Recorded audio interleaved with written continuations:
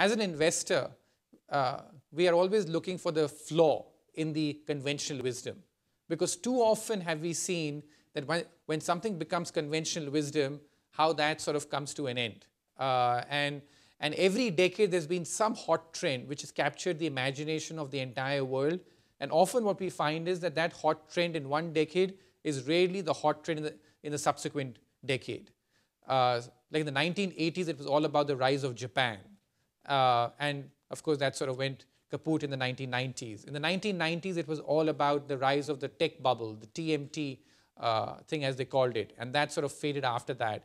1970s, it was all about the rise of natural resources, commodities, and people were in awe of the Soviet Union back then. The CIA was making projections about when the Soviet Union would end up overtaking the US as the largest country in the world, partly because the commodity boom was helping the Soviet Union a lot also, like in the 1970s. So, there's always been some trend which has captured the imagination of people every decade. And that big trend of the last decade, as I said, was this rise of all these emerging markets. That's what was really like the big trend. And the acronym BRIC sort of accurately captured this, because these were the 4 largest emerging markets. And the rise of the BRICS was what, had everyone fascinated.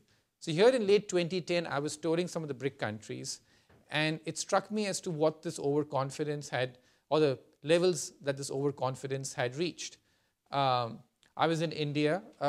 India has its own equivalent of Christmas around the November time, there in early November. And I went to my home city of Delhi. And in Delhi, like, I was invited for one of these Diwali parties, because Diwali is the festival out there, which is equivalent to having these Christmas parties that you have here in December. I got chatting with this young 25-year-old person there. This guy was seemed to me like this typical sort of rich, spoiled brat, wearing this very tight black T-shirt, his hair sort of spiked with gel, and the techno beat was beating in the background. And this was late 2010. India's growth rate was was at 9%, when the rest of the world seemed to be sort of unfolding, or at least the West seemed to be unfolding back then.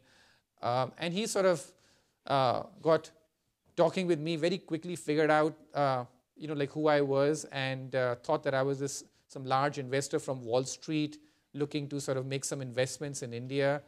And he sort of looks at me and then goes, where else will the money go, right? So here's this cocksure guy at this age of 25 who hasn't seen that much of the world, who's seen too many cycles, but he's seeing me here and is saying, where else will the money go, right? So now that sort of makes me really concerned, because I've seen emerging markets for 20 years.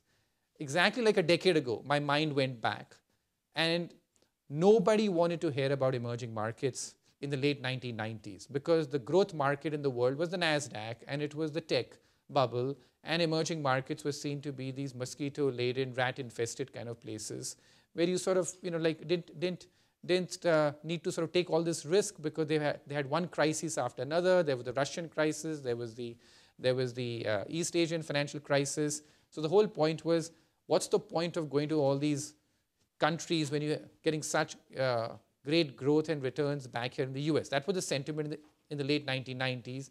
Fast forward like to a decade, and there it was, this guy basically telling me that where else will the money go? It's got to come here. So it sort of like intrigued me when somebody was saying that.